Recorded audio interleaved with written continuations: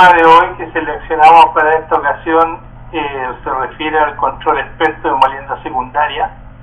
Se ha hecho grandes avances en el control de la molienda SAC, que estaba recién hablando el profesor Mañé, pero la molienda secundaria, los molinos de bola que generalmente siguen al SAC, como que no se le ha dado tanta relevancia, y la aparición de nuevas tecnologías que nos permiten medir el tamaño del producto en línea han abierto oportunidades que son las que quiero discutir con ustedes hoy día y mostrarles cuál es el nuevo potencial que se abre. Desde el punto de vista de proceso, lo primero que tenemos que preguntarnos es ¿para qué molemos? O sea, no es un hobby, molemos con un propósito, y ese propósito es preparar partículas aptas para la flotación. Podríamos hablar de otros procesos, pero centrémonos en lo que es la flotación. Es bien sabido, como muestra esta gráfica, que partículas mayores que las 200 micras, por decir así, empiezan a sufrir una pérdida en la recuperación. En otras palabras, la flotación convencional no recupera bien partículas mucho más gruesas que 200 micras. Asimismo, en los finos también hay pérdidas por el exceso de fino. Entonces nosotros tenemos que moler de una manera que sea ni muy fino ni muy grueso, pero que sea compatible con la flotación. Esta forma de la curva, en términos un poco más lúdicos si ustedes quieren, ha dado origen a lo que se conoce como la curva elefante, en que hay una caída en lo grueso y hay una cierta caída un poco más leve en el material fino. Esto implica que a nivel industrial, estos son valores de una importante concentradora local, uno puede detectar tendencias que en la recuperación tiende a disminuir en la medida que el producto alimentado es más grueso. Entonces, hay un efecto negativo de moler grueso. Sin embargo, también hay que preocuparse de que hay un efecto positivo en el tonelaje de moler más grueso.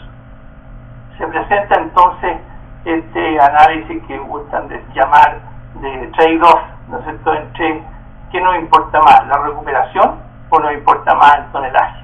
Entonces, para resolver ese dilema hemos introducido un concepto que es bastante simple, recibe un nombre, para facilidad le hemos llamado el NMP por las siglas en inglés, pero que le llamamos la producción neta de metal. La producción neta de metal no es otra cosa que el cálculo del material fino, en este caso del cobre fino que estamos produciendo por hora.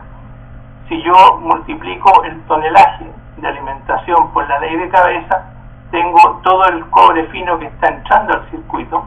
Si lo multiplicamos por la recuperación, vamos a tener la producción neta de cobre, ¿cierto?, el NMP. Entonces, este NMP va a compensar los incrementos en tonelaje con una disminución en recuperación, o mejor dicho, una leve disminución en recuperación con un incremento en tonelaje. Entonces nos interesa, como objetivo operacional, nos interesa maximizar el NMP. Entonces, para una cierta ley de cabeza, que es una perturbación del sistema, tenemos que enfocarnos entonces cómo maximizar el tonelaje todo el tiempo, pero sin sacrificar considerablemente la recuperación. Entonces, siguiendo las tendencias antes observadas, ustedes ven en este caso en que si estábamos operando en esta línea punteada gris negra, estaba más o menos a 195 micras de P80, teníamos un tonelaje de 7.000 y algo, una recuperación del orden del 90%, y daba un NP de 44 toneladas de cobre por hora. Si uno analiza el impacto de moler más grueso en este caso, hay un aumento importante en el tonelaje, hay una pérdida en recuperación de un par de puntos, pero esta pérdida es más que compensada con el tonelaje, y eso nos permite entonces maximizar el NMP. En otras palabras, si nos vamos a 250 micras, que puede ser un exceso para la operación, pero es bueno saber dónde está el límite, podríamos ganar hasta un 6,5% en producción neta de cobre fino si nos vamos a las 250 micras en vez de 195 para una ley de cabeza de casi 0,7% cobre. Para poder hacer esto, reconocida la importancia del tamaño, es que nosotros tenemos que ser capaces de medir el tamaño, pero tal vez más importante que medir, y sería imposible hacerlo sin medir, es controlar. ¿Cómo nosotros podemos controlar? Entonces decir, mira, en vez de estar en el rango de 190 a 200, queremos estar en el rango de 240 a 250. ¿Ya? ¿Cómo hacemos eso? Es crítico, ¿cierto? Y no solamente es importante medir, sino que también detectar e idealmente prevenir contingencias operacionales que ocurren en la medida que nosotros buscamos la máxima eficiencia, la máxima productividad de la línea. Vamos a ir acercándonos a condiciones que son pro acordonamiento y bloqueo. ¿Qué significa esto? El famoso roping, que los ciclones empiezan a tapar. Entonces, aquí es donde surge esta tecnología, ¿ya? Que es, parece que estoy tapando la marca, esta tecnología de la empresa Sidra, con quienes he tenido la alegría, porque en realidad ha sido muy interesante, de los últimos 3 años por lo menos, lo he estado asesorando en la evaluación, en la introducción de esta tecnología, que le llaman el Particle Size Tracking, el PST. ¿Ya? Este PST lo que permite es, aquí faltan los ciclones, pero imagínense que aquí entre medio hay los ciclones, se inserta una probeta, ¿no es cierto?, como un dedo al flujo de rebalse del hidrociclón, y vía una señal acústica producida por el impacto de las partículas sobre esta probeta, genera una señal acústica, como decía, y que se puede ser calibrada, interpretada en términos del tamaño. Entonces puede entregar hasta 5 mallas de referencia, y la gracia es que lo puede hacer para cada ciclón individual, no para el promedio de todos los ciclones, sino que para cada ciclón. Y otra gracia es que lo puede hacer sin necesidad de sacar muestras, porque el sensor está incorporado a la tubería y no necesita uno desviar un flujo como era en los antiguos tiempos y después ese flujo tener que procesarlo. Ahí había problemas de la representatividad de la muestra y todo lo demás.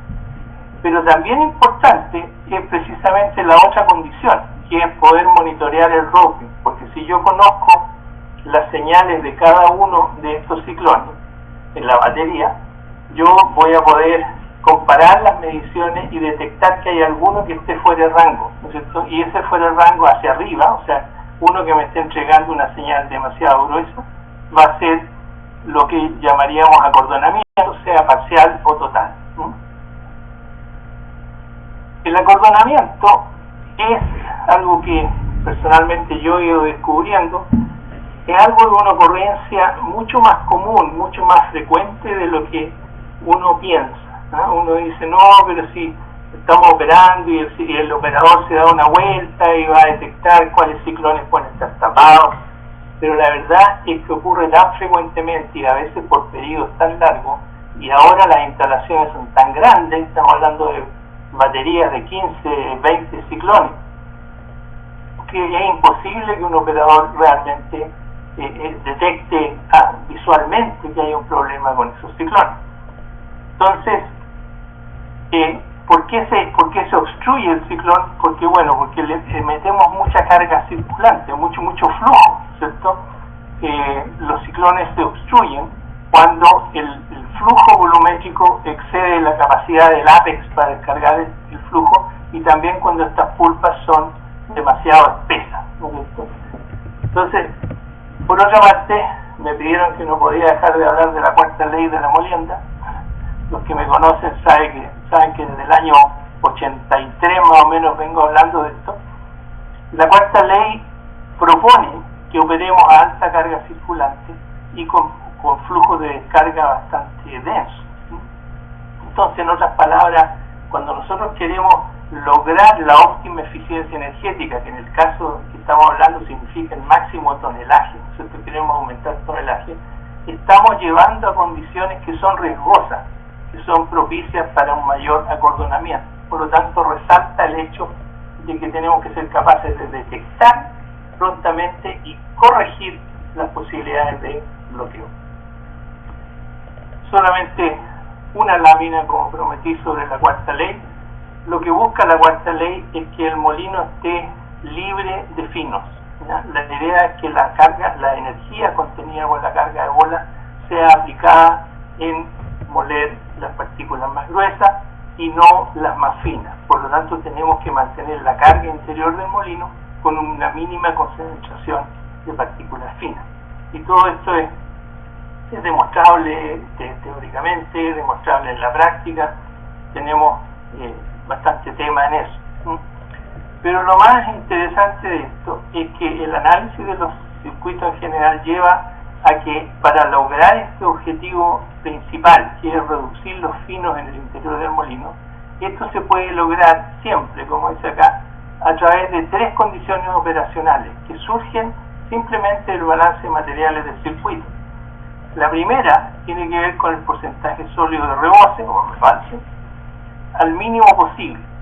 Tenemos que usar la máxima cantidad de agua disponible para que el rebalse sea lo más diluido posible. Eso nos permite contribuir al objetivo anterior.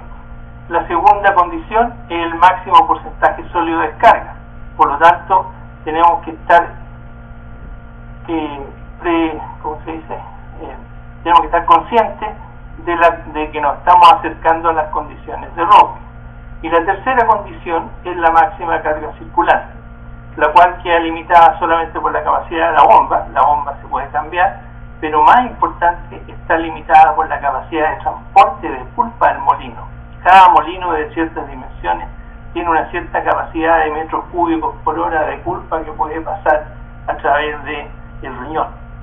Por lo tanto, estas tres condiciones son las que determinan el óptimo de eficiencia energética. ¿Qué pasa en la realidad? Que cuando usamos mayor cantidad de agua, se afina el corte de los hidrociclones. Ese menor corte de los hidrociclones genera más carga circulante, y esa mayor carga circulante aumenta el porcentaje sólido de descarga. Entonces, estas tres cosas funcionan juntas. Lo más importante es el uso del agua. Pero para lo que estamos hablando hoy día, es fundamental reconocer de que el routing no lo queremos, pero queremos estar lo más cerca posible por debajo de la condición de routing. Aquí tienen un caso real en que, en este caso del 18 de enero, digamos, este ciclón que se ve acá, tanto café, ¿cierto?, entró en condición de routing, venía más o menos bien, todos los ciclones variando en torno a una media que es la línea roja, y venía más bien, pero de pronto se bloqueó, ¿no es cierto? Uno empezó a checar señales de 50, 60%, más 65 mallas, que obviamente no es un tamaño ideal para la flotación. Aquí se cerró ese ciclón, el ciclón 12, que era el que estaba dando problemas, pero apareció el ciclón 6, que es este medio azul que se ve acá, y como que lo reemplazó de cierta manera. Cuando abrieron otra vez el ciclón 12, de nuevo se tapó, ¿no es cierto? Ahí hay una historia más larga detrás de esto, pero lo cierto es que esto ocurrió desde el 18 de enero hasta el 28 de enero, estamos hablando casi de 10 días, en que este producto que se estaba yendo a la flotación no estaba flotando realmente en los porcentajes que uno esperaría. El otro punto es que uno puede imaginar que todo este material grueso que está saliendo acá está logrando que la media, cosa que no se ve muy bien acá porque generalmente un ciclón tapado entregando grueso es de cierta forma compensado. Aquí ustedes pueden ver el ciclón verde, por ejemplo, que compensa un poco ese exceso de tamaño, y la media no necesariamente sube demasiado. Pero si subiera, ¿cómo podríamos interpretar que de repente el producto está saliendo más grueso? Uno dice, el mineral está más duro. Lo interpretamos como un problema de dureza del mineral. ¿Y qué es lo que hace el sistema de control clásico? Dice, si el mineral está más duro, se engruesa el producto, tengo que reducir el tonelaje. Entonces, se produce una condición en que no solamente estamos perdiendo recuperación, producto del routing o del bloqueo, sino que además estamos perdiendo tonelaje. Entonces, bajo estas condiciones, el impacto sobre la flotación es muy negativo. Este producto que tiene 60-50% de más 65 realmente no está muy apto, no está muy adecuado para recuperar. Usando herramientas similares a las de Molycop Tools, que, como saben mis colegas de Molycop Tools, lo nuevo yo le estoy llamando J-Tools, pero no significa que estoy ignorando lo que hicimos tantos años antes. Podemos hacer un simulador de acordonamiento. ¿Qué pasa en un circuito? Por ejemplo, en este caso tenemos 8 ciclones. ¿Qué pasa si de repente hay uno de esos ciclones que se bloquea? Que sería este que estamos representando acá, ¿cierto? ¿Qué pasa? Que ese ciclón bloqueado parcial o totalmente, y ponemos 100% bloqueado en este caso, todo el material que entra acá, todo el material de alimentación a todos los ciclones que vamos a llamar normales, ¿no es cierto? En este caso pasa directo a flotación, o sea, el flujo a 10 no es un flujo que esté en condiciones de ser flotado, pero se producen impactos cruzados, como por ejemplo que al salir este producto más grueso, este de acá se pone más fino, ¿no? Y por eso que la media al final no cambia tanto. Como estas simulaciones las podemos hacer malla por malla, ¿cierto? Nosotros podemos considerar imponer una curva elefante en que calculamos el porcentaje de recuperación para ciertos tamaños de partículas. Y si nosotros sobreponemos este efecto en la recuperación con el efecto sobre la granulometría, podemos hacer un análisis comparativo, como que acá se muestra. Ya. Entonces, por ejemplo, comparemos solamente el 0% sea un ciclón normal y un 100% tapado. Podemos observar que, por ejemplo, la carga circulante se baja, se reduce la carga circulante. ¿Por qué? Porque es más fácil para el material grueso salir del circuito, pero también observen que el índice de trabajo operacional se echa a perder, o sea que hay una pérdida evidente de eficiencia energética, desde 15,3 a un 16,8. El flujo, acá por ejemplo, si al final lo llevamos a P80 promedio, aquí el flujo de los ciclones normales, ¿no es cierto?, se pone más fino. Obviamente el flujo del ciclón que está tapado, imagínense ustedes mandar a flotación 880 micras de tamaño, ¿cierto? La recuperación se nos va un poco al suelo, y de hecho más que un poco, si cuando todos los ciclones están operando normalmente la recuperación era 90%, bueno, esta podría bajar a 82,8%, o sea, podríamos perder 7,4 puntos en recuperación, y eso es bastante dañino, un impacto financiero importante. Ahora, otra cosa que llama la atención es que estamos hablando de que uno de 8 ciclones está tapado, ¿ya?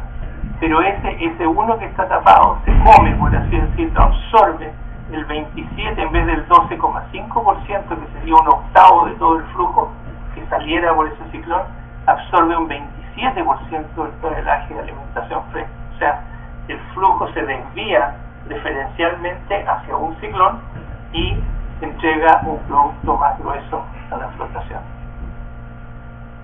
Entonces, ¿cómo podemos nosotros detectar el acordonamiento? Como estamos midiendo el tamaño de cada uno de los ciclones, podemos aplicar un test estadístico, y el test que seleccionamos es el que se conoce como el test de Grabs, que es tan viejo como yo, viene por allá de los años 50, que nos permite detectar cuando un valor está fuera de rango o que podemos considerar un outlier. El test de Grabs es más simple que lo que se ve en las fórmulas, pero simplemente uno calcula la desviación desde el valor máximo de lo que estamos midiendo con respecto al promedio, lo dividimos por su varianza, ¿cierto? Y después se calcula este G, este estadígrafo de Grabs, con esta fórmula donde aparece el valor de student, el T de student, y el N donde es el número de ciclones. Entonces el TD Student se evalúa con n-2 grados de libertad, o sea el número de ciclones n-2, y un nivel de significancia de alfa dividido por el número de ciclones. Entonces esto se puede calcular simplemente en línea. De hecho lo estamos haciendo en una aplicación segundo a segundo o en una media acumulada de 30 segundos para ver si hay algún ciclón que esté obstruido, y los podemos detectar, y más importante que eso, corregir también.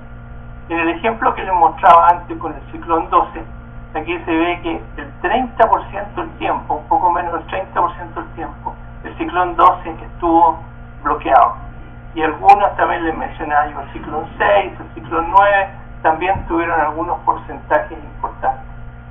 Y lo más llamativo en este caso es que si uno dice en qué proporción hubo cualquier ciclón bloqueado, de los 14 que estaban operando en el periodo, hubo un 42% del tiempo hubo algún ciclón bloqueado, o sea, una frecuencia de daño a la flotación considerable.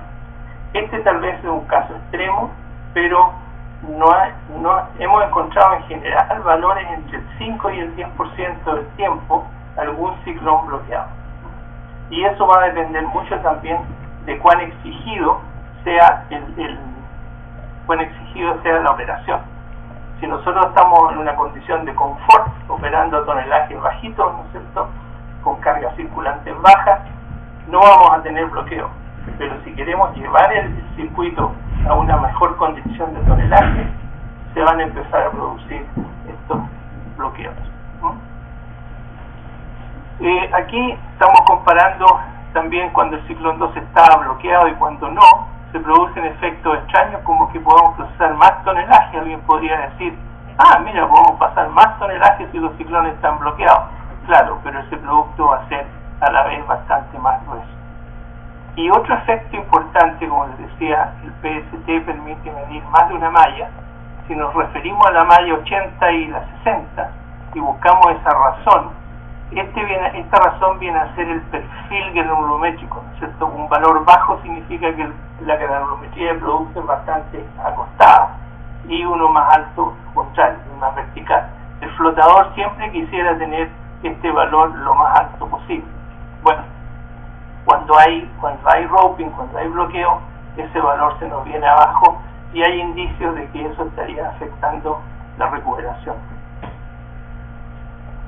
Entonces, finalmente, ¿cómo llevamos todo este aprendizaje a una estrategia de control? Entonces, les quiero mostrar para terminar, creo que me quedan 5 minutos,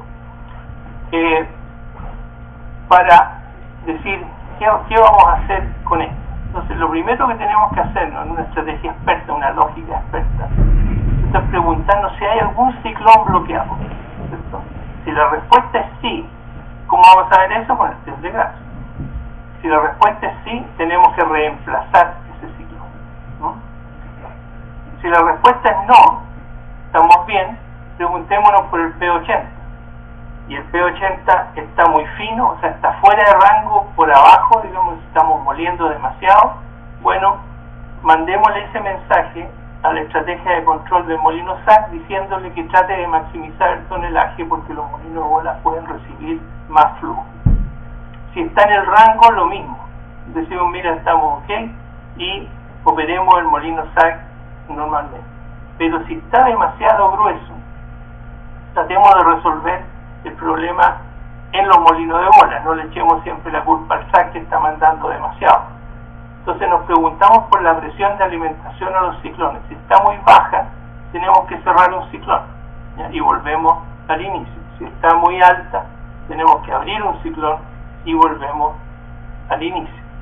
Estas tres operaciones de reemplazo, cierre y apertura de ciclones es lo que llamamos la administración de los ciclones, de cómo podemos manejar las baterías de ciclones. Esto es lo que nos permite hacer el PST, y es algo que no se podía hacer antes porque no estaba la tecnología para ello, ¿no? Pero básicamente las nuevas estrategias de control que se están probando en este momento involucran la administración de la batería en función de estas tres acciones. Si la presión está normal, entonces preguntémonos cómo está la potencia. Si la potencia va bajando, significa que el molino se está embancando, tiene mucha pulpa adentro, y tenemos que aumentar el agua a la cabeza del molino para tratar de lavarlo un poco y mantenerlo operando a su máxima potencia. Si la potencia está estable o creciendo, lo dejamos tal cual y nos preguntamos por la carga circulante. Y siguiendo la enseñanza de la cuarta ley, entonces si la carga circulante está muy baja, tenemos que aumentar el agua al sumidero, y si la carga circulante está muy alta, porque se nos está embancando el molino, no en este caso, pero si estuviera fuera de rango, digamos, queremos por la bomba y por todo lo demás, no queremos pasar de carga circulante 4,5, ¿ya?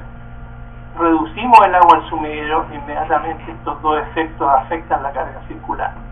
Y si no hay problema en eso y la carga circulante está normal, quiere decir entonces que el problema no es de los molinos de bola, el problema está en que hay demasiado tonelaje, y mandamos un comando a la estrategia del SAG, que no vamos a revisar hoy día, pero en que lo ponemos en modo restringido. Todo esto lo hemos desarrollado con gente de SGS, y hay que reconocer también su importante participación en la implementación de todo esto. Entonces, poniendo el molino SAG en modo restringido, el SAG ya sabe que tiene que tratar de buscar las condiciones para bajar su capacidad. Como ustedes saben, el molino SAG uno no le impone un tonelaje, el molino SAG pide tonelaje. Entonces hay que lograr que el SAG pida menos tonelaje, puede ser bajando la velocidad, aumentando un poco, bajando el nivel de llenado, etc. En resumen, entonces, nosotros podemos medir el P80, podemos controlar el nivel del sumidero con la velocidad de la bomba. Aquí hay distintos estilos, distintas preferencias, hay algunos que prefieren la velocidad de la bomba para regular la presión, ¿no? Yo insisto que el nivel del sumidero hay que controlarlo en un rango, con la variable manipulada más cercana, que es la velocidad de la bomba. Si el P80 está en el rango deseado, entonces no hacemos nada, pero si está el deseado o el fino, nos vamos al SAG. Pero si está demasiado grueso, tratamos de arreglar el problema en camarines, aquí con la presión, ciclones, carga circulante, etcétera. Y si no se resuelve el problema, entonces nos vamos al modo restringido para no sobrecargar los molinos de bola. Como comentarios finales, tenemos que decir que esta tecnología nos permite hacer un control optimizante, realmente que busca maximizar el tonelaje. En un gran sistema de control, con un sistema experto global, podemos controlar también el impacto sobre la recuperación y empezar a hacer una estrategia de optimizar el NMP que les hablaba. Ahora, nosotros podemos medir, y eso va a ser solamente para información. Donde realmente se ve el valor de la tecnología es cuando lo podemos incorporar a la estrategia experta, como les explicaba, y transformar esa información en mayores tonelajes.